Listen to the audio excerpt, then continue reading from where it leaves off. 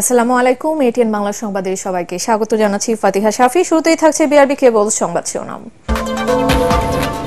দুর্নীতি ও নিপীড়নের বিরুদ্ধে বাংলাদেশের মানুষ ঐক্যবদ্ধ। চীনে বিএফএ সম্মেলনে ডক্টর ইউনূস সমৃদ্ধ এশিয়া গড়তে সুস্পষ্ট রোডম্যাপ দেওয়ার আহ্বান।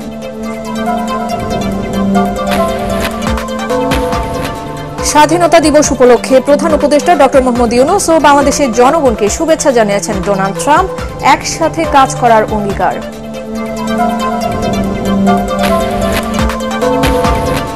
প্রিয়জনদের সাথে ঈদ করতে ঢাকা ছাড়ছে ঘরমুখ মানুষ। ভিড় বাড়ছে ট্রেন ও বাসে। ভোগান্তি না থাকায় খুশি যাত্রীরা।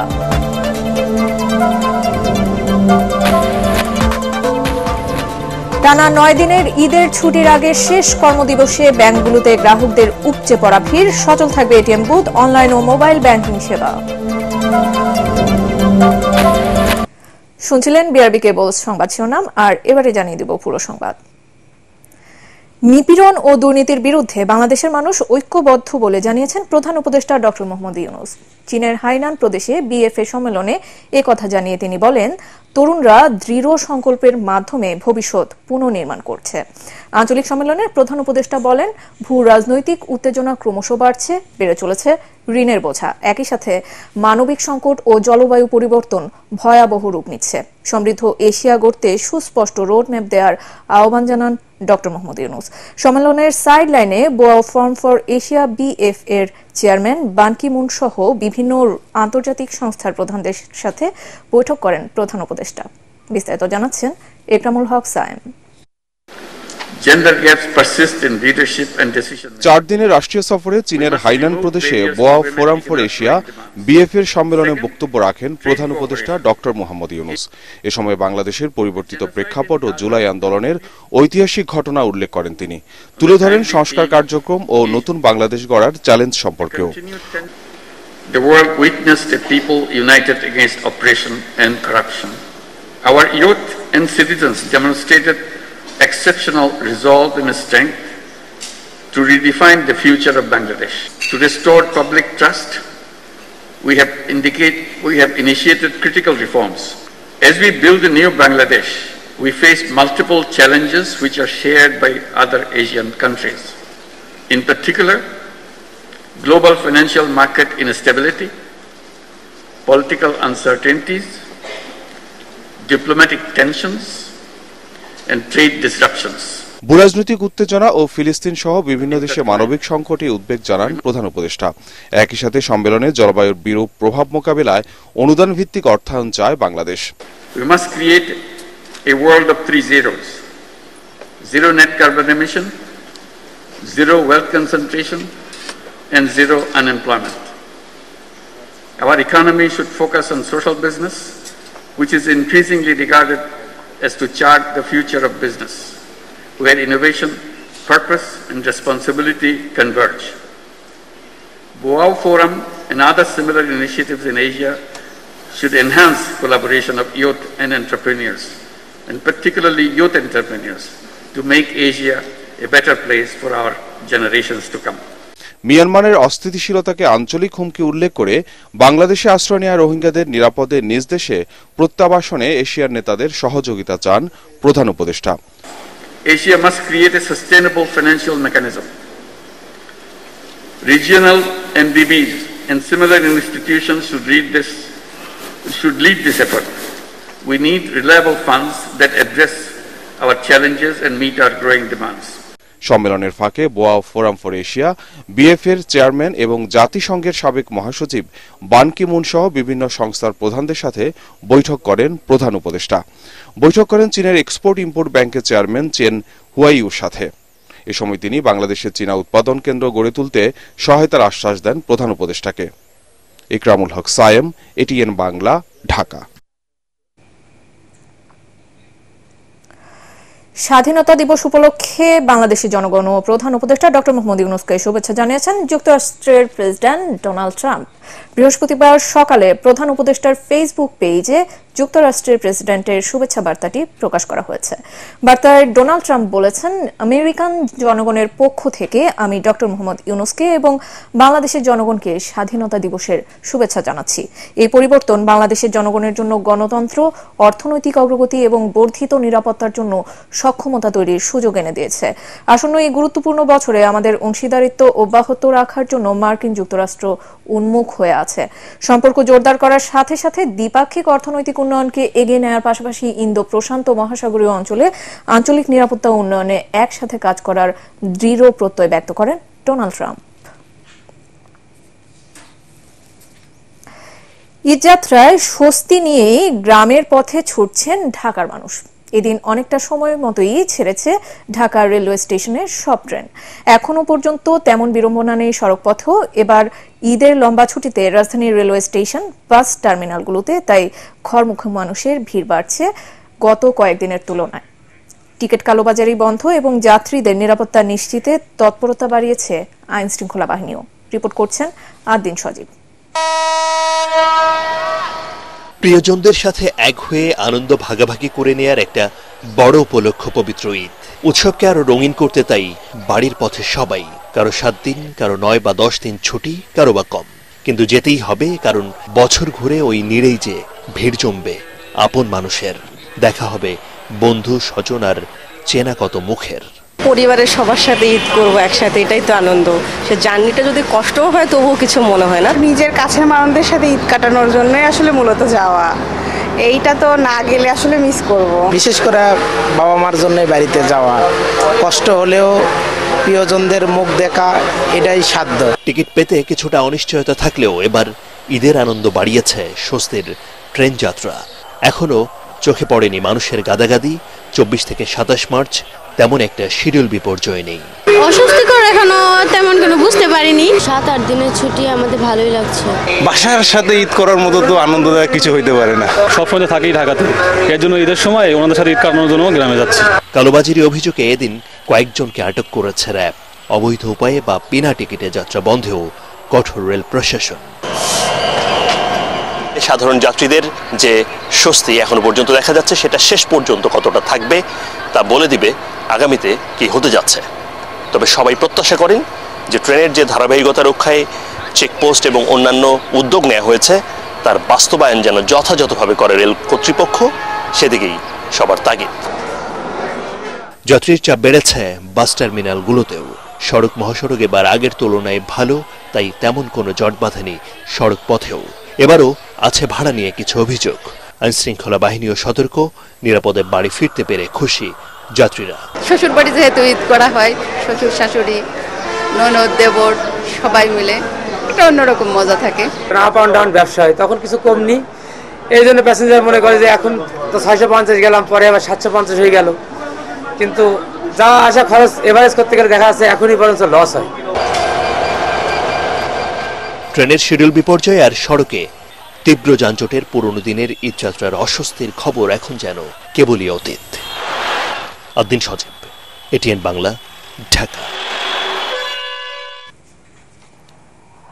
ঈদের আগে শেষ কর্মদিবসে ব্যাংকগুলোতে ছিল গ্রাহকদের উপচে পড়া ভিড়।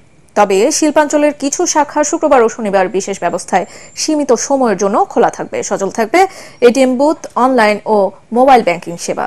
এদিকে প্রথমবারের মতো টানা 9 দিনের ঈদ ছুটির কারণে ভল্ট ও ব্যাংকগুলোতে বিশেষ নিরাপত্তা ব্যবস্থা জোরদার করা হয়েছে বলে জানিয়েছেন ব্যাংকাররা। শারফুল আলমের রিপোর্ট। শুক্রবার থেকে শুরু হচ্ছে ঈদের ছুটি।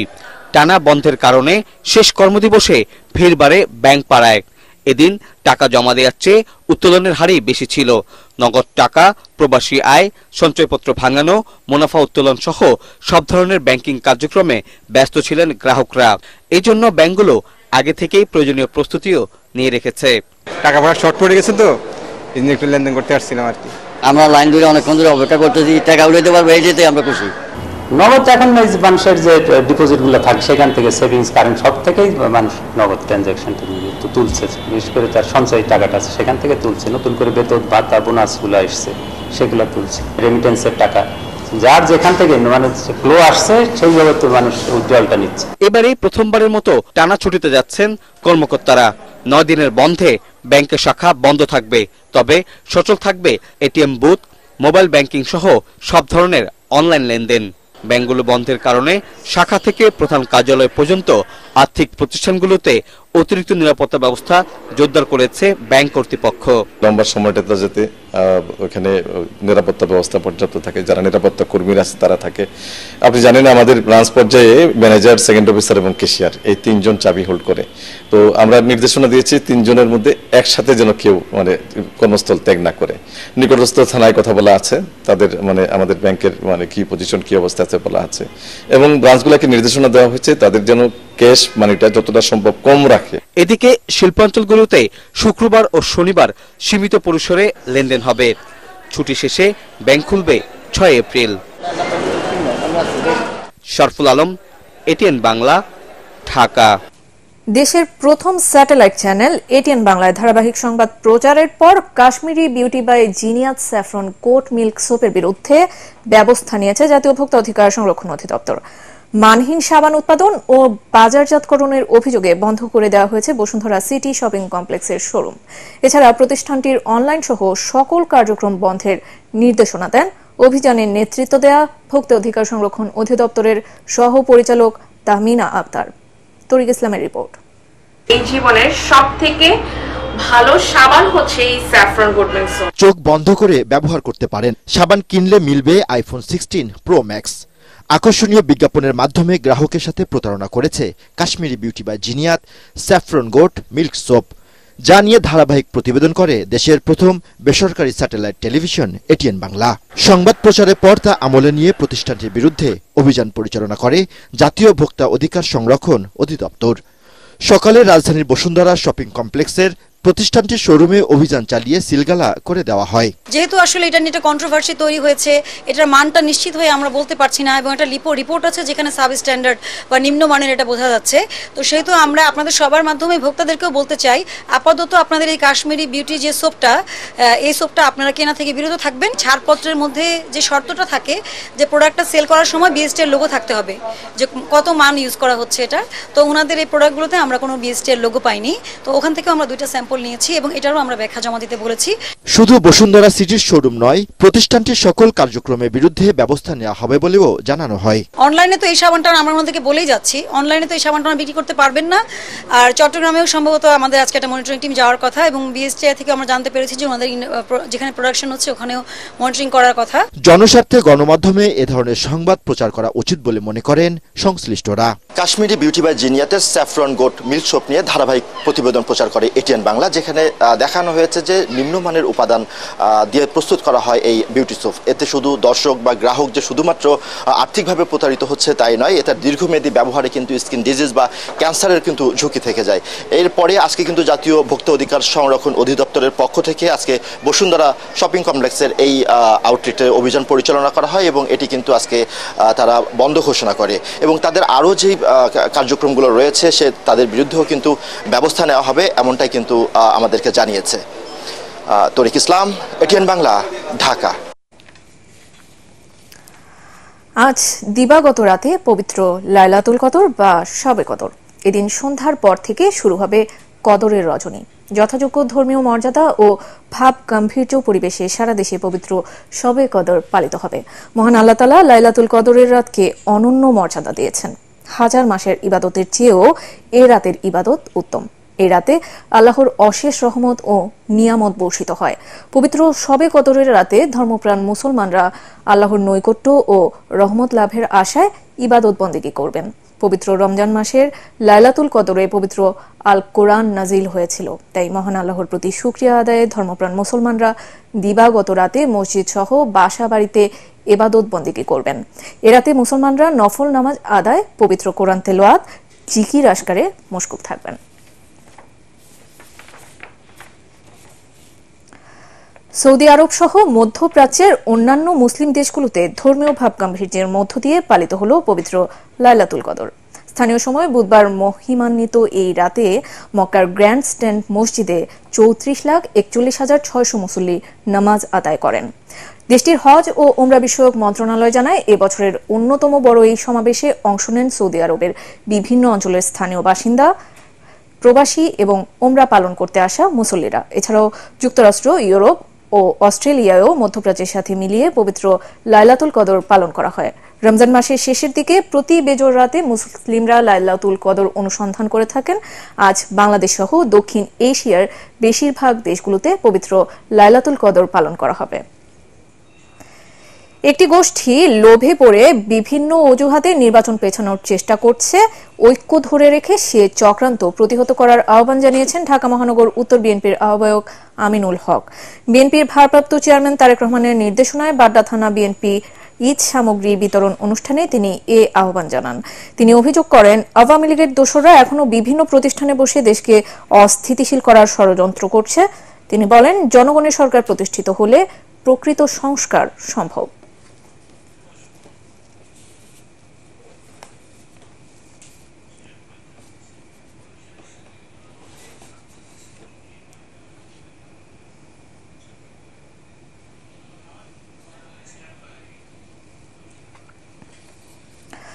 ভাড়াটিয়াকে না জানিয়ে ফ্ল্যাট মালিক কর্তৃক বাসায় হামলা, লুটপাট ও ভাঙচুরের ঘটনা ঘটেছে রাজধানীর পূর্ব রাজাবাজারে। এ ঘটনায় ফ্ল্যাট মালিক সহ কয়েকজনের বিরুদ্ধে মামলা হলেও কাউকে গ্রেফতার করতে পারেনি পুলিশ। অসহযোগিতার অভিযোগ উঠেছে শেরেবাংলা নগর থানার ভারপ্রাপ্ত কর্মকর্তার বিরুদ্ধে। তরিক ইসলামের রিপোর্ট। বয়স্ক মা রোজা মাসের দিন এভাবে হস্তনস্ত করে একটা লোককে জোরপূর্বক বাইর করে দেওয়া। 82 বছরের হাসমাতুল্লাহ পরিবার নিয়ে দীর্ঘ 12 বছর ধরে ভাড়া থাকেন রাজধানীর পূর্ব রাজাবাজারের এই বাসায়।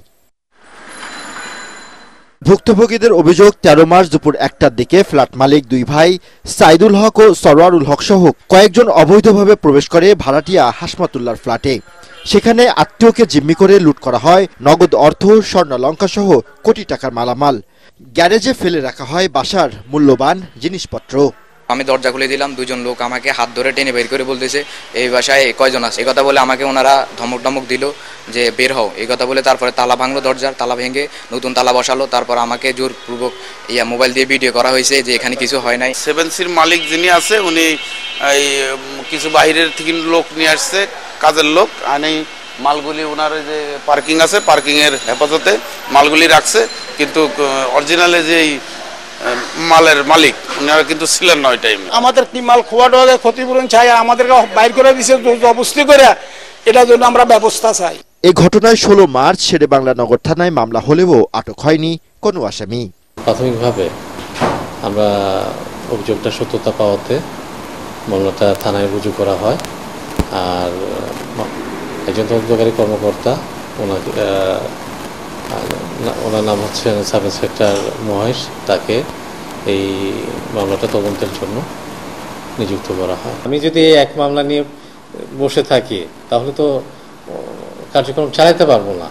এই জন্য তো আমার হ্যান্ডসগুলি কি কারণে, অফিসার ইনচার্জ হচ্ছে প্রত্যেকে ইয়াগুলি ভাগ করে দিবে। তবে বাদী পক্ষের দাবি, পুলিশের অসহযোগিতার কারণেই আটক হচ্ছে না আসামিরা। দুশ্চিন্তা আর দুর্ভোগে দিন পার করছেন মামলার বাদী ও তার পরিবার। মামলাটা নেওয়ার পর থেকে আজ 8 দিন পার হয়ে গেল প্রায়, আজকে সহ, কিন্তু এখনো পর্যন্ত আমরা কোনো আসামি ধরার ব্যাপারে পুলিশের কোনো সহযোগিতা পাই নাই, এবং আমি এটা নিয়ে খুব সন্দিহান যে আমি আসলে কিনা এই বিচার পাবো কিনা। তরিক ইসলাম, এটিএন বাংলা, ঢাকা। এবারে আল আরাফা ইসলামী ব্যাংক অর্থ সংবাদ।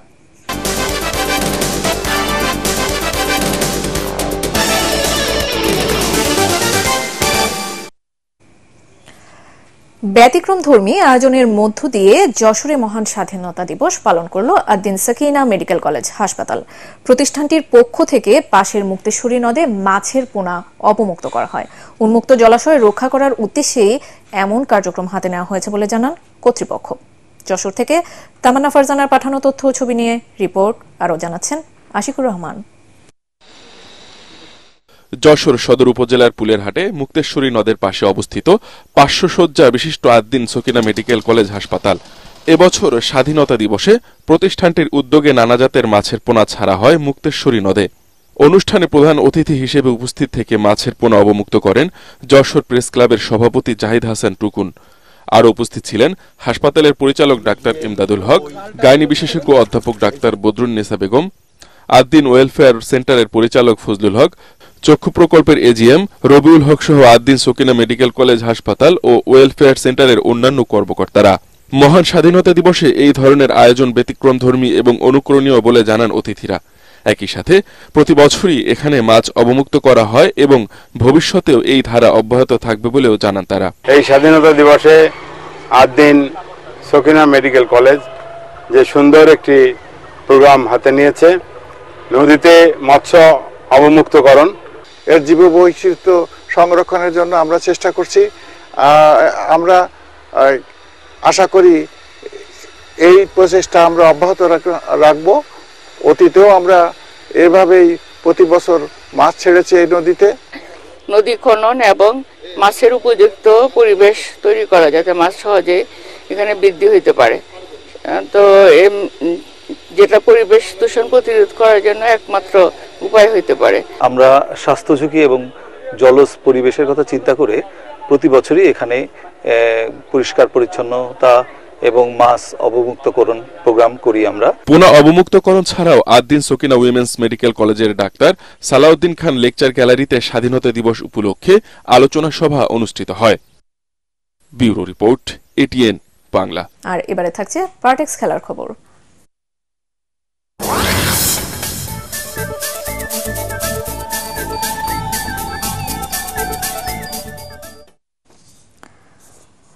জুনে আবার বাংলাদেশে আসার ইচ্ছে জানিয়ে সকালে যুক্তরাজ্যের উদ্দেশ্যে ঢাকা ছাড়েন প্রবাসী ফুটবলার হামজা চৌধুরী। দৃষ্টিনন্দন ফুটবল শৈলী দিয়ে বাংলাদেশের ক্রীড়ামোদীদের মাতিয়ে গেলেন শেফিল্ড ইউনাইটেডে খেলা এই ফুটবলার। বাছাই পর্বে শিলংয়ে ভারতের সাথে ড্র করে গতকাল দেশে ফিরে আসে বাংলাদেশ ফুটবল দল। রাতটুকু ঢাকাতেই ছিলেন ইংল্যান্ড প্রিমিয়ার লিগে খেলা মিডফিল্ডার হামজা চৌধুরী। সকাল 10:45টায় বাংলাদেশ বিমানের বিজি 207 ফ্লাইটে তিনি সিলেট হয়ে যুক্তরাজ্যে ফিরে যান। গত 17 মার্চ জাতীয় দলে খেলার উদ্দেশ্যে বাংলাদেশে আসেন হামজা। এশিয়ান কাপ বাছাইয়ে আগামী 10 জুন সিঙ্গাপুরের বিপক্ষে এবং 18 অক্টোবর ফিরতি লেগের ম্যাচে ভারতের বিপক্ষে ঢাকায় খেলার কথা রয়েছে কাবরেরার দলের। সেই ম্যাচ সামনে রেখে আবারও বাংলাদেশে ফেরার কথা রয়েছে হামজা চৌধুরীর। Thanks. I can't put into words how much this has meant to me. Thank you. Inshallah, I'll be back in June. Make dua for my good health and my return, and inshallah I'll see you all in June for another 2 big games. সংবাদ শেষ করছি, তার আগে BRB কেবল সংবাদ শিরোনামগুলো আরো একবার। দুর্নীতি ও নিপীড়নের বিরুদ্ধে বাংলাদেশের মানুষ ঐক্যবদ্ধ। চীনে বিএফএ সম্মেলনে ডক্টর ইউনূস। সমৃদ্ধ এশিয়া গড়তে সুস্পষ্ট রোডম্যাপ দেওয়ার আহ্বান।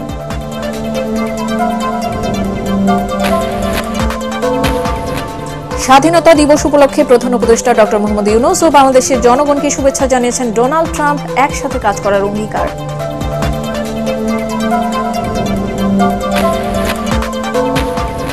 প্রিয়জনদের সাথে ঈদ করতে ঢাকা ছাড়ছে ঘরমুখো মানুষ। ভিড় বাড়ছে ট্রেন ও বাসে, ভোগান্তি না থাকায় খুশি যাত্রীরা।